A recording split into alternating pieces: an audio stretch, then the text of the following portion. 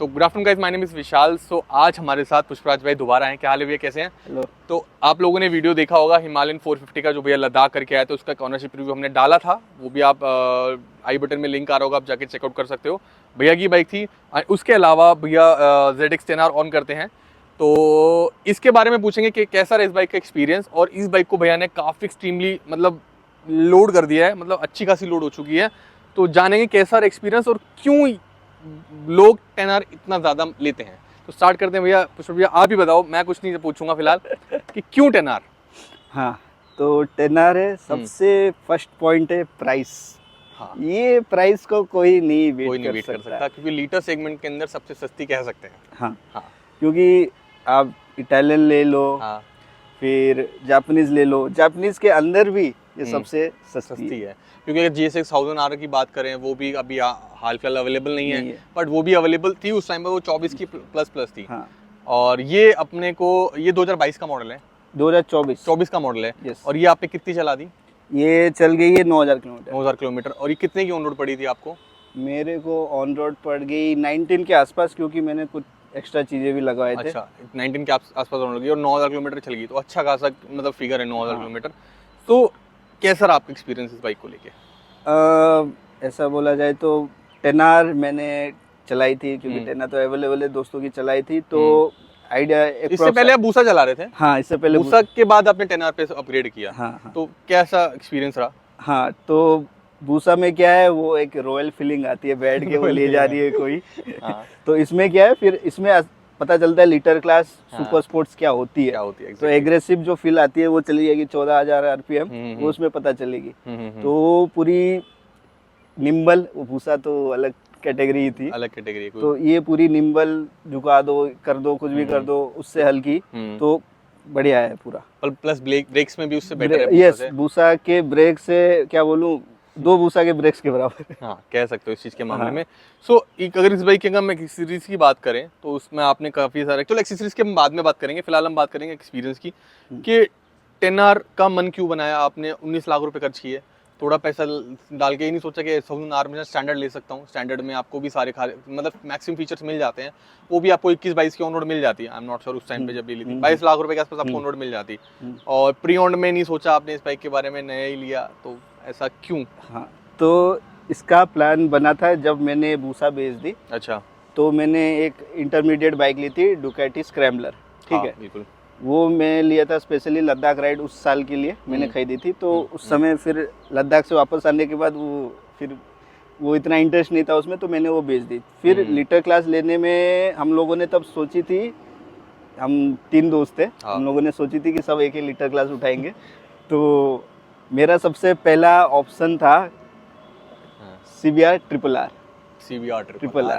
वो बाइक एक दिन आपको जरूर दिखाऊंगा वो बाइक मैं आपको, पक्का। तो CBR ट्रिपल आर का मेरे को बहुत इंटरेस्ट था, क्योंकि मैंने बहुत रिव्यू पढ़ा था बहुत सारे लोगों का, और बहुत यूनिक गाड़ी है, देखने में एकदम। हालांकि बिकी नहीं, उसका एक अलग रीजन है, क्योंकि 35 लाख रुपए की ऑन रोड पड़ रही थी। तो 35 लाख रुपए में लोग H2 पे ज्यादा स्विच करना एडवांटेज समझते थे कि यार H2 ले लो, वो ज्यादा अच्छी, क्योंकि H2 है, टर्बो इंजन है, मतलब टर्बो चार्ज है, सुपर चार्ज इंजन है, थोड़ा हाइप ज्यादा था।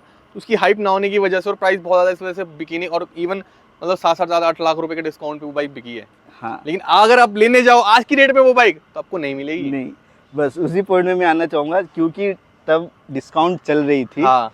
तो मेरे को मैंने देखा था कि ऑफिशियल होंडा इंडिया वेबसाइट में वो 30 की मिल जा रही थी। हाँ, बिल्कुल मिल रही थी। और ऊपर से प्लस पॉइंट ये था कि होंडा वाले खुद फाइनेंस कर रहे थे 6% के रेट में। सच। तो मैं बोला इससे अच्छा डील कुछ नहीं मिल सकता। मैं फटाफट, हम लोग 3 निकले होंडा बिग विंग में। अच्छा। पहुंच गए। अच्छा। हम लोगों ने वहाँ बैठा, हम लोगों ने बुलाया, हम लोगों ने पूछा भाई CBR कहाँ है? तो उनका चेहरा देख के मैं सोचने लगा भाई क्या है, पूछ लिया क्या पूछ लिया मैंने, ऐसा लगा मैंने। हाँ। वो बोले कि हम बड़ी बाइक अभी है नहीं अवेलेबल, तो अभी बता नहीं सकते। तो मैंने बोला ठीक है, कोई नहीं, मेरे को फोन करके बता देना, बुकिंग ले लो या फिर। हाँ, बुकिंग ले लो। हाँ। तो बोले सर बुकिंग भी नहीं ले सकते, हमको बिल्कुल आइडिया नहीं है। मतलब बिल्कुल आइडिया का मतलब क्या है, ऊपर पूछो, होंडा इंडिया से पूछो, बोला होंडा इंडिया को भी आइडिया नहीं है, ये आएगी नहीं आएगी, आएगी नहीं आएगी नहीं पता। तो मैं बोला भाई क्यों खोल के रखे हो, बंद कर दो। वो बस हाइनेस बेच रहे हैं, हाइनस बेच, हाँ ये सच है, वो हाइनस बेच रहे हैं। गोल्ड विंग का भी बुरा हाल कर रखा है, गोल्ड विंग भी नहीं, अफ्रीका ट्विन का बुरा हाल कर रखा है, मतलब तो हाइनस पे फोकस दे रखा है, पता नहीं क्यों। हालांकि नंबर ज्यादा है उस बाइक के तो कह सकते हैं, बट यार एक ब्रांड वैल्यू है, एक बिग विंग के नाम आपने स्टैब्लिश किया था कि वहाँ पे आपको बड़ी बाइक देखने के लिए मिलेगी, वो आपको देखने के लिए अब नहीं मिलती है। तो हम दोबारा से आते हैं 10R पे ही। हाँ, सो फिर वो कैंसिल हो गया, तो होना ही नहीं था। हाँ, तो दुखी हो गए, वापस आ गए। हाँ, फिर उसी दिन ही निकल गए दोपहर को। अच्छा, BMW, अच्छा, नारायणा। अच्छा, BMW देखी आपने? हाँ, अच्छा, तो हम गए BMW, फिर हम लोग बैठ गए, वो भी फाइनेंस देने को तैयार थे, तो हम बोले ठीक है, अच्छी बात है। हाँ, पूरा डिस्कशन हो गया, सब हो गया। हम लोगों ने सिलेक्ट किया था प्रो मॉडल, स्टैंडर्ड के ऊपर वाला एक, बिल्कुल प्रो आता है। सब डिस्कशन हो गई, कितना नेगोशिएट होना था, सब हो गया, लिख के दे दिया गया। तभी पता नहीं मेरे मन में क्या आया, मैंने पूछा सर जी ये जो एग्जॉस्ट है ये कैसे लगवा देंगे आप? तो BMW में जो बैठे थे वो मेरे को ऐसे देखने लगे, मतलब क्या बोल दिया मैंने, अच्छा, एग्जॉस्ट की बात की। फिर तो उन्होंने डायरेक्ट बोला सर जी एग्जॉस्ट लगाते ही आपकी वारंटी खत्म। क्या बात कर रहे हो? हाँ, ये सच का आपने। एक हमारे दोस्त है, मैं आपको उनकी स्टोरी बताता हूँ, शायद आप लोगों को अजीब लगेगा। वो अपनी S1000R का सर्विस सेंटर पे भेजने से पहले स्टॉक एग्जॉस्ट निकाल लेते हैं और स्टॉक लगा देते हैं, फिर वो बेचते हैं। मैं कहा ये क्या कर रहे हो? बोले यार वारंटी खत्म हो जाती है। यस। अच्छा, फिर उसके बाद तो हम लोग बोले चलो निकलते खत्म होगी कहानी, क्योंकि वो लोग बोले कि आप स्लिप ऑन लगा सकते हो बस, फुल सिस्टम नहीं कर सकते। हाँ, फुल सिस्टम नहीं कर, वो ठीक है, रोड यूज के लिए ठीक है, चलेगा। क्योंकि मैं ये ट्रैक में कभी कभी ले चलता हूँ, कि ट्रैक डे ऑर्गेनाइज होते हैं तो मैं कभी कभी ले चलता हूँ, तो मैं बोला तो उसमें मजा नहीं आएगा थोड़ा, तो उससे अच्छा चलो और क्या ही है। सही बात है। फिर लास्ट ऑप्शन कावासाकी जिंदाबाद, जिंदाबाद, जाती ले ली, ले ली। बढ़िया। सो लेने के बाद अगर मैं, कितना पैसा इसमें आप एक्सेसरी में आप लगा चुके हो? मेरे हिसाब से अगर मैं बताऊं अपने नज़रों से, तो शिव एक बार इधर आ जा। स्टार्ट करते हैं नी पैड से, जो कि ग्रिप के लिए बहुत ज़रूरी है। टैंक पैड आपने कावासाकी का ओरिजिनल लगाया है। सीट फुटरेस्ट आपने लगाई नहीं, क्योंकि आप शायद ना सीट फुटरेस्ट मैंने खरीद के रखी है। अच्छा, कावासाकी की आती है, क्योंकि ये सिंगल सीटर बिकती है, बिल्कुल, तो वो एज ए आपको खरीदना पड़ेगा 40,000 का। आफ्टर मार्केट सस्ती मिल जाती है। आफ्टर मार्केट इसके अलावा आपने फ्रेम साइडर लगाए हुए हैं, और आपने इसकी स्क्रीन स्टॉक है, स्क्रीन स्टॉक है, सामने लगाए हुए हैं, हाँ, सामने रेडिएटर और ग्रिल लगाई हुई है। जीबी रेसिंग की आपने ये लगाई हुई है पूरी, ईवोटेक के, और एग्जॉस्ट, जो कि मेरे को पर्सनली ये वाला एग्जॉस्ट बहुत पसंद है, एक्रापोविक का लॉन्ग कैन। तो इसकी आवाज़ भी बहुत अच्छी है। मैं आप अगर पूछ रहे हो आवाज़ स्टार्ट करना है इसको, इसकी आवाज़ सुनाते हैं लोगों को, क्योंकि इसकी आवाज़ बहुत अच्छी है, बेसी साउंड है, बिल्कुल ना लाउड नहीं है ज़्यादा। थोड़ा रेव करना।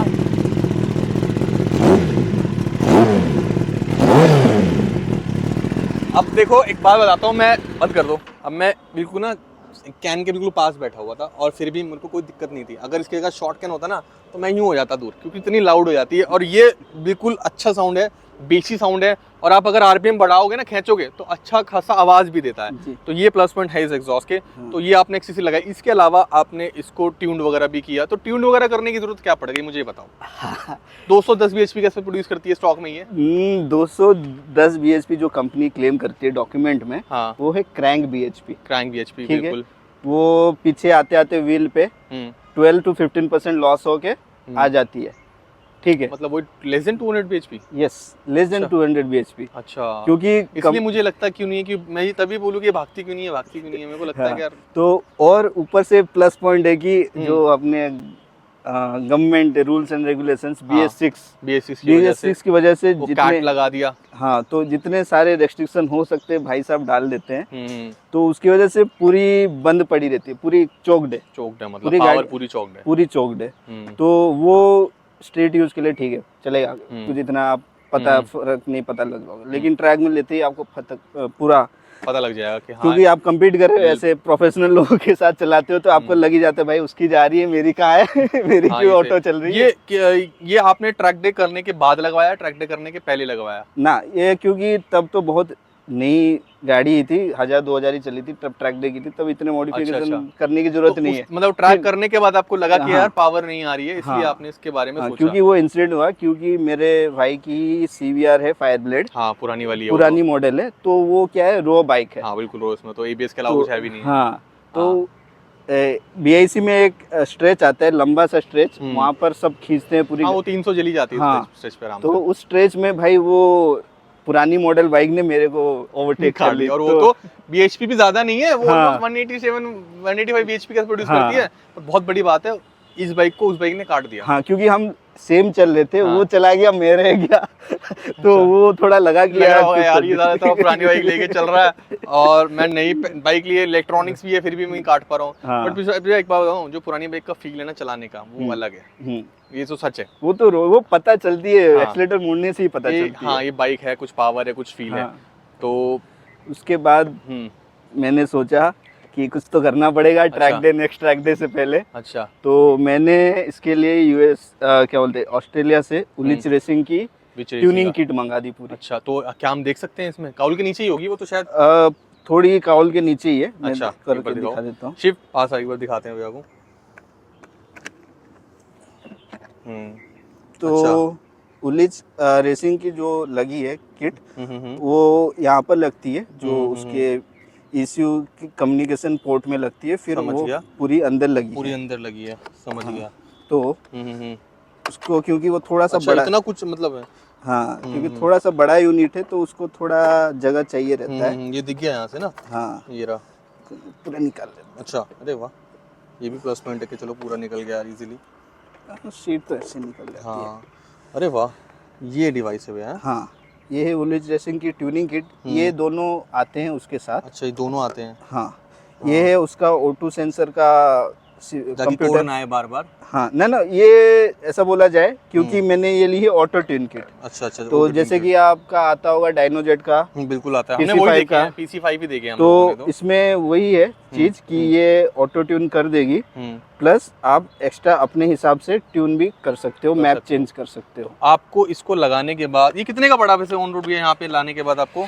ये ऐसे पड़ जाती है बोला जाए तो क्योंकि ये बाहर से आता है। अच्छा, ये ऑस्ट्रेलिया से आपने मंगाया? हाँ, ऑस्ट्रेलिया से मंगाया, क्योंकि मेरा भाई आता रहता है, तो मैंने उससे मंगवा ली थी। अच्छा, और ये कितने की पड़ी आपको? वो ये पड़ती है $800 के आसपास, $US। और इंडियन करेंसी के अकॉर्डिंग देखा जाए तो हाँ, कितना हो गया? 80 रुपीज़ मान लो। 80 रुपीज़ 64,000 का, मतलब 64,000 रुपये का ये आइटम है, मतलब। हाँ, इट्स क्वाइट एक्सपेंसिव। तो ये लगाने के बाद आपको लगा कि ये वर्थ है? हाँ, क्योंकि जैसे मैंने बोला, कंपनी से आती है पूरी रेस्ट्रिक्टेड। तो उसमें जैसे कि मैं जिससे खरीदी उलिच रेसिंग, तो उनके साइड में दिखाया कि बेस जो कॉन्फ़िगरेशन है मैप की, और कितना BHP का फर्क पड़ा भैया? ये पड़ जाता है लगभग 20-25 टॉप एंड में।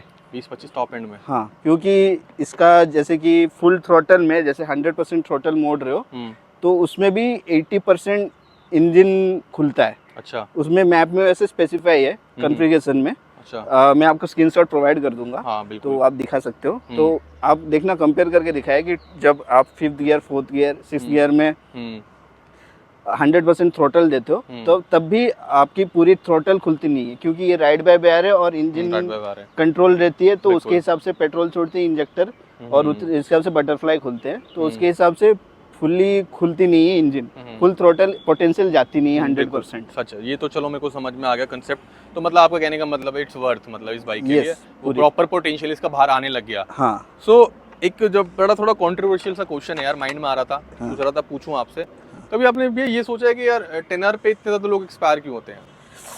ओहो, हाँ, कभी आपने सोचा है कि आपने देखा होगा, जो यार आप लोगों ने भी सुना होगा कि रेगुलर हर संडे को कोई ना कोई न्यूज़ सुनने को मिलती है कि आज वो एक्सपायर हो गया, आज वो एक्सपायर हो गया, 2 महीने लिए थे, 1 महीने लिए थे। उसके पीछे मेरे पास भी कुछ थोड़े लॉजिक्स हैं, मैं आपको बताऊंगा कुछ, पर भी आपका क्या कहना है उस चीज़ को लेके? वो इशू आती है बोला जाए तो मैक्सिमम टाइम राइडर की इशू रहती है। राइडर, क्योंकि आप ये कोई पल्सर 150 नहीं है। सच है भाई, ये बिल्कुल भी नहीं है, क्योंकि ये फर्स्ट गियर में 150 चली जाएगी, आराम से चली जाती है, तो और स्टॉक में चली जाएगी। यस, ये करने की जरूरत नहीं है आपको। हाँ। आप स्टॉक एग्जॉस्ट में सब कुछ स्टॉक रखोगे तो भी 155 चली जाएगी फर्स्ट गियर के अंदर। हाँ, और ये कुछ भी नहीं आएगी।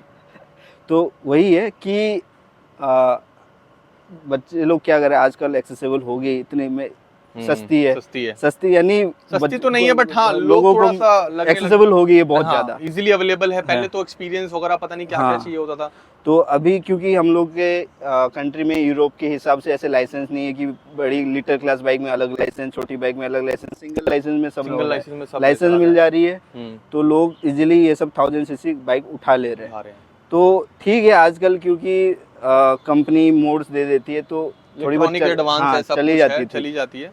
लेकिन वही है डीमेरिट कि लोग ऐसे ले रहे तो उनके बाद कंट्रोल नहीं हो पाती है, उनके पास उतना कंट्रोल नहीं है, उतना स्किल्स नहीं है, उतना एक्सपीरियंस नहीं है, क्योंकि गाइस ये बाइक बिगनर्स के लिए बिल्कुल भी नहीं बनी है। अगर आप देखो, मैं बिगनर्स के लिए मतलब इसलिए बोल रहा हूँ कि देखो हालांकि बाइक में इलेक्ट्रॉनिक्स है भर के हैं, आपको हेल्प मिलती है अगर आप बिगनर हो तो, बट अगर आप उसका पोटेंशियल पूरा यूज करने को दोगे ना तो ये बाइक आपको हार्म करेगी ही करेगी, क्योंकि उस लेवल तक जाने के लिए आपको अच्छा खासा एक्सपीरियंस चाहिए। ठीक है, आपको ब्रेकिंग का आइडिया नहीं होता, आपको मतलब व्हील स्पिन का, क्योंकि थ्रॉटल देते हैं तो व्हील भी स्पिन करता है, बाइक मतलब डिसबैलेंस होती है। ठीक है, और व्हीली भी पॉपअप कर जाती है कभी कभी, और बहुत सारी चीजें होती है, लोगों को नहीं आइडिया होता, जिसकी वजह से वो इतनी बड़ी प्रॉब्लम में पड़ जाते हैं। तो इसका भी एक रीजन है। बट ठीक है यार, लोग अब धीरे धीरे अवेयर हो रहे हैं, समझ रहे हैं, बट लेकिन काफी सारे लॉसेस हुए हैं वैसे देखा जाए तो, बहुत सारे डेथ हुए हैं इस बाइक को लेके। एंड अभी जब स्टार्टिंग के अंदर BMW S1000 RR आई थी ना, तब उसको किलिंग मशीन बोला गया था, क्योंकि वो बहुत सारे लोग उस पर एक्सपायर हो रहे थे। सेम अब वो टैगलाइन इस पे आ चुका है। तो गाइस बाइक में प्रॉब्लम नहीं है, प्रॉब्लम हम लोगों के अंदर है कि हम इसको प्रॉपरली बिना समझे बिना नॉलेज के चलाने लग जाते हैं। कह सकते हैं। तो उसमें एक पॉइंट ऐड करना चाहूंगा, क्योंकि ये जो बनी है बाइक, आप किसी दूसरे यूरोपियन या इटालियन बाइक से कंपेयर करने जाओगे तो इसमें जो इलेक्ट्रॉनिक्स दिए हैं वो कुछ अलग लेवल के थे, ये कुछ अलग लेवल का है। तो आप बोलोगे कि मैं कुछ गलती करूंगा बाइक उसको करेक्ट कर दे, वैसे नहीं है। ऐसा नहीं है, बिल्कुल भी नहीं है। क्योंकि जो ट्रैक्शन कंट्रोल है वो जब ट्रिगर होता है उसमें भी कुछ पैरामीटर्स देते हैं कैसे कब ट्रिगर होनी है, हमेशा ट्रिगर नहीं होती है। और जैसे कि स्टीयरिंग डैम्पर, ये बहुत जरूरी है। ये स्टीयरिंग डैम्पर काम आती है, लेकिन सब स्टीयरिंग डैम्पर एक जैसे नहीं होते। BMW की स्टीयरिंग डैम्पर अलग है, इसका बिल्कुल अलग है, इसका अलग है। तो उसमें जितना अच्छा काम करता है इसमें अच्छा इतना नहीं काम करता। वो फैक्ट है। कावासाकी की 10R की स्टीयरिंग डैम्पर इतनी अच्छी नहीं है, क्योंकि ये ना इलेक्ट्रॉनिक डैम्पर है। बाकी सब के अंदर आता है मैनुअल। ठीक है, तो वो कहीं ना कहीं चाहे उसको वोल्टेज की मीटर बोल सकते हैं, एक पैरामीटर पे आके कहीं ना कहीं वो फेल हो जाता है। और जिसकी वजह से आप लोगों ने देखा होगा टैंक स्लैपर आता है, हैंडल वॉबल करता है बहुत स्पीड में। तो उसके अंदर भी अगर आपको बचना है ना, उसमें भी बचा जा सकता है। ऐसा नहीं कि आप उसमें अगर टैंक स्लैपर आ गया तो आप गिर जाओगे, नहीं, ऐसा नहीं होता। उसके लिए भी एक्सपीरियंस चाहिए, उसके लिए भी नॉलेज चाहिए आपको कि आपको कैसे मैनेज करना है। उसके लिए भी अगर मैं बताऊं तो कह सकते हैं कि वेट को अगर आप जितना ज्यादा पीछे रखोगे बाइक ऑटोमेटिकली स्टेबल हो सकती है। ये भी कर सकते हैं, बट उस टाइम पे यार आदमी इतना नहीं सोच पाता। क्योंकि जैसे कि मैं ट्रैक डे में लेके गया था इसको, लास्ट वाली स्ट्रेच उसमें मैंने पूरी खोल दी थी बाइक। अच्छा। मैं 6 गियर में था, 260-270 के आसपास था। अच्छा। तब मेरी व्हील उड़ गई थी और हैंडल, मतलब 260 पे आपकी व्हीली पॉपअप की थी? व्हीली उड़ गई थी। अच्छा। क्योंकि तब मैं बहुत स्पीड में खींच रहा था। वो स्ट्रेच ऐसी है। तो उस समय मेरी हो गई थी, हिल गए थे हैंडल। तब मैंने देखा कि वहाँ पर सबके, यानी वो थोड़ी अप डाउन है तो थोड़ी होती है, लेकिन मेरी ज्यादा हिल रही थी और थोड़ी कॉन्फिडेंस नहीं आई। तो तब मेरे को पता चला कि ये इतनी कारगर नहीं है इलेक्ट्रॉनिक वाली। ये सच है, इलेक्ट्रॉनिक, इसलिए लोग इसको निकलवा के मैनुअल डाल देते हैं। बट मैनुअल भी देखो काफी एक्सपेंसिव है, वो भी 60-65 हजार रुपए का है, बट वो वर्थ है। अगर आप ये बाइक ले रहे हो तो ये काम जरूर करा लेना, तो इस बाइक को आप कॉन्फिडेंटली चला पाओगे। अदरवाइज कभी भी कुछ भी हो सकता है, नेवर नो। ऐसा नहीं है कि 260 पे ही होगा, तो होना होगा तो 120, 140, 150 पे भी हो सकता है, कोई बड़ी बात नहीं है। और इवन जो 6R आती है, 6R के अंदर भी ये इशू आपको देखने के लिए मिलता है, क्योंकि उसके अंदर भी पावर ऐसी है, उसमें तो है ही नहीं, इसमें है तो चाहिए, उसमें तो है ही नहीं है। उसकी वीडियोस तो आपको भरी पड़ी है, आपको YouTube पे जाके आप चेक कर लोगे कि टैंक स्लैपर 6R का इतना कुछ मिलेगा। तो पुष्पराज भाई ये तो हो गया ट्रैक एक्सपीरियंस। ट्रैक पे चलो आपने बताया, अगर मैं इसकी बात करूं नॉर्मल सर्विसेज, तो सर्विसेज का क्या एक्सपेंस है इसका? शोरूम पे आप सर्विस कराते हो या बाहर कराते हो? सर शोरूम, क्योंकि ये अंडर वारंटी है, तो वारंटी में आपको शोरूम। कितने साल की वारंटी आती है? 2 साल की? 3 साल की है। अच्छा। मैंने एक्सटेंडेड लिए 2 साल, टोटल 5 साल की वारंटी होगी। 50,000 किलोमीटर और 5 साल, वो बहुत है फिर तो, बढ़िया है इतना तो सर्विस आप शोरूम पे कराते हो, कितने की होती है इसकी? हाँ, ऑथराइज कावासाकी शोरूम से होती है, तो ये लगभग आ जाती है 11,000 के आसपास। 11,000 के आसपास? 10,000 तो मिनिमम है ही। अच्छा। तो 11,000 के आसपास आती थी। उसमें ऑयल इंक्लूडेड है, लेबर है, और एयर फिल्टर बिल्कुल नॉर्मल है, वो भी ज्यादा एक्सपेंसिव नहीं है, क्योंकि as compare to other brand करे, एक ट्राइम की मैंने अभी स्ट्रीट स्क्रैम्बलर आती 900 सीसी उसकी सर्विस रही थी, 12,000 का बिल बना दिया मैंने कहा चलो छोड़ो। तो ये वर्थ है इसमें। इस मामले में तो देखो रिलायबिलिटी के मामले में कावासाकी बहुत बढ़िया है, हमारे इंडियन रोड्स के लिए, इंडियन मतलब पॉकेट के लिए फ्रेंडली है, आपको ज्यादा परेशान नहीं करेगी क्योंकि रिलायबल प्रोडक्ट है। छोटी मोटी वेरिएंट देखो होती है, डिस्क पैड आप चलाओगे, टायर आप बंद करोगे, तो इसके अलावा कुछ नहीं है। क्योंकि वो वेरिएंट टेयर वाले चीज है, क्योंकि वो राइडर पे डिपेंड करते हो कैसा चला रहे, कहाँ चला रहे, कंडीशन कैसा है, उसके ऊपर रहते हैं। तो कंपनी खुद ही बोल देता है भाई वो तो आपके ऊपर है, आप कैसे चलो, बाकी सब चीज अंदर का इंजन का माल वो हम गारंटी दे रहे हैं। आप जैसे कि भैया आपने इसको ट्रैक पे ले गया, आप उसके जो इंजन ऑयल था वो स्टॉक था या फिर आपने चेंज किया था? ना मेरा वो स्टॉक जो कावासाकी की रहती है, अच्छा डिफॉल्ट। फिर उसको ट्रैक डे से जब वापस आया तो इसमें आपने कुछ ऐसा लगा कि भाई कुछ सर्विस मेंटेनेंस मांगा ट्रैक करने के बाद? ट्रैक के बाद क्या होती है, गाड़ी हो जाती है बहुत हीट अप। हाँ। तो जो एक रहता है, सब बाइक में रहता है कि एक क्रैंकेस ब्रीदर रहता है, क्योंकि आप बहुत हाई कंबशन रेशियो में चलते, थ्रोटल ऊपर बहुत रहता है, हमेशा हाई आरपीएम में रहता है, हमेशा 12,000 में रहती है गाड़ी। तो उसमें क्या होता है, इतना स्ट्रेस पड़ता है और अंदर इतना प्रेशर होता है, तो वहाँ से एक क्रैंक ब्रीदर बोलते हैं। क्रैंक ब्रीदर रहता है कि जैसे कि जो एक्स्ट्रा प्रेशर हो वहाँ से निकल पाए, तो वहाँ से ऑयल फेंकती है। अच्छा। हाँ, तो वो इशू नहीं है। अच्छा, वो बनाया गया है उसके लिए, ताकि वहाँ से निकल जाए। तो वो सब जितने भी ट्रैक बाइक देखोगे, एक कैच कैन ऑयल बोलते हैं, एक छोटा सा डब्बा आता है, वो लगा रहता है इंजन के पीछे। हाँ, सच है। तो वो वहाँ से जब इंजन ऑयल फेंकेगी वहाँ पर आके जमा स्टोर, ताकि वो एलॉय पे नहीं जाएगा, टायर पे नहीं जाएगा, तो वो थोड़ा रिस्की भी है। तो वो मेरे दिमाग से निकल गया था, मेरे को पता था लेकिन दिमाग से निकल गया था। अच्छा, वो आप लगाना भूल गए? हाँ, तो मेरे वहाँ थोड़े बहुत गिर रहे थे। अच्छा, तो लगा नहीं है डर क्यों ऑयल? हाँ, वो डर नहीं है, क्योंकि आप जाओगे ट्रैक पे ऐसे ऐसे चीजें देखने को मिलेगी, आप डर जाओगे, लेकिन वो नॉर्मल है, क्योंकि आप बाइक की पूरी पोटेंशियल में चल रहे हो। तो बाइक अपनी पूरी पोटेंशियल के ऊपर भी चली जाती है कभी कभी। आप डुकाटी बाइक देखना, इतनी हीट हो जाती है, वो आगे उल्टी कर देगी। आगे कूलेंट बाहर, ये बहुत कुछ होता है यार। देखो यार, एक बात हम उस पर भी शायद आप माइंड मत करना, देखो कहने को ट्रैक ना बहुत आसान लगता है, ट्रैक पे चलो, बट ट्रैक का एक्चुअल खर्चा ना जरा थोड़ा बताना लोगों को। तो ट्रैक का जो खर्चा है, क्योंकि हमारा जो नियरेस्ट ट्रैक है BIC, हमारे लिए एक प्लस पॉइंट है कि हम वहाँ जा इजीली सकते हैं, बाइक चला के बिना किसी प्रॉब्लम के। प्लस भी है, माइनस भी है। BIC पास है तो सब ऑर्गेनाइज वही हो रहे हैं। वो है, वो नियत भी खराब करता है। आज ट्रैक डे आने वाला है। वैसे लगता है अरे यार उस ट्रैक में भाई रोसी मार्केट सब चला रहे, हम भी चलाएंगे। सो क्या खर्चा रहता है मेजरली? तो जैसे कि प्राइवेटली, ज़्यादातर प्राइवेटली ऑर्गेनाइज रहते हैं, तो ग्रुप हम लोग फॉर्म कर लेते हैं। तो ग्रुप में सब मिलके, जैसे कि 10-15 लोग हो गए, हम लोग रेंट आउट कर लेते हैं BIC को कुछ घंटों के लिए। अच्छा। 3-4 घंटे के लिए। उसमें कितने 4-5 सेशन हो जाते हैं। हाँ, 4-5 हो जाते हैं सेशन, और उसमें हम लोग कर देते हैं। तो उसका आता है खर्चा, is depend on number of people. Minimum अगर 10 लोग हैं तो, या 15 लोग, हाँ, मिनिमम 10-15 लोग रहते हैं, ताकि खर्चा ठीक है। तो पर हेड आ जाती है 15,000, वो 15,000 रुपए। वो खाली हम ट्रैक का रेंट बोले। इसके अलावा जो बाइक की मेंटेनेंस का खर्चा है वो बताइए। उसके वो तो ट्रैक का वो वहाँ चलाने के पैसे, एंट्री फी है 15,000 रुपए। उसके बाद आपको क्या करनी पड़ेगी, पहले आपको गाड़ी डालने पड़ेंगे। हाँ, स्लीक डालने पड़ेंगे। स्लीक यानी अच्छे टायर होने, जो आप रोड में चलाते हो वो बीच में से खत्म हो जाते हैं, क्योंकि आप सीधे ही चलाते हो रोड में, तो बीच में से खत्म रहते हैं। तो आपको डिपेंड करता है, अगर आपने नई टायर डाली है तो आपका अच्छा है, बच गए पैसे। नहीं तो आपको अच्छे टायर लेके जाने पड़ेंगे, नहीं तो आपका वो 15,000 वर्थ नहीं रहेगा। बिल्कुल भी, अगर टायर अच्छे नहीं है तो बिल्कुल। हाँ, पुराने टायर, वो क्रैक टायर, वो बिल्कुल काम नहीं आएंगे वहाँ, आप क्रैश हो जाओगे। सच है। हाँ, तो आपके अच्छे टायर होने चाहिए, वो देखने पड़ेंगे। टायर के खर्चे अलग, मिनिमम 30,000 आते हैं, मिनिमम शुरू होती है इसकी। 190-120 की पेयर 30,000 है मिनिमम, वहाँ से शुरू होती है, उतने के आपके डालने हैं।